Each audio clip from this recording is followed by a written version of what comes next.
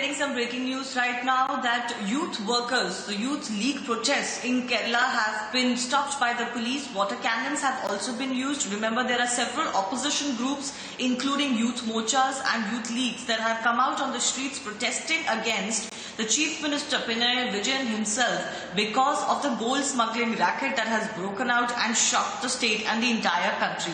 Let's go across to my colleague Sanjeevi for the latest.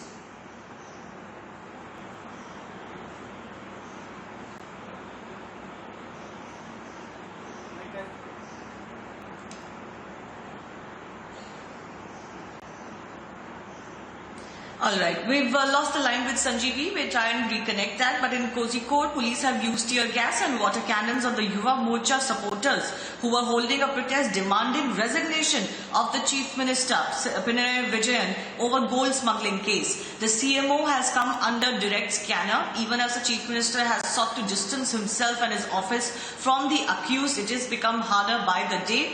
Several people have been accused in this case and are on the run. Some others have been arrested, and in a very important detail, the NIA has also alleged an IS link, the Islamic State link, as far as the entire gold smuggling racket is concerned. They've slapped UAPA sections against the accused. Let's go across to my colleague Sanjeevi, who's joining us now. Sanjeevi, what more can you tell us about these protests and how the police dealt with them?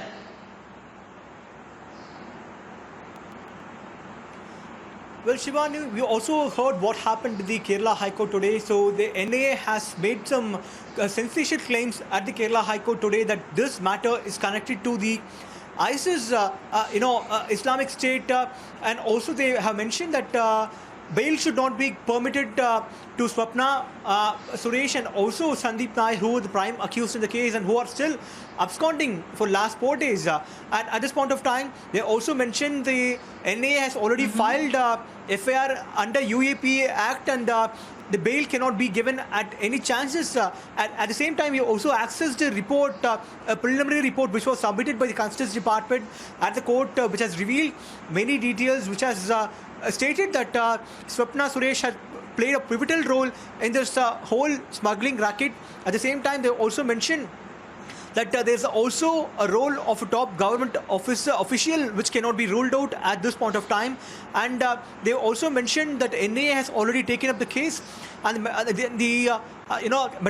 Kerala High Court cannot give permit bail to them, and only the special court investigating the matter can actually provide anticipatory bail when the NIA has charged has put a FIR under the UAPA Act.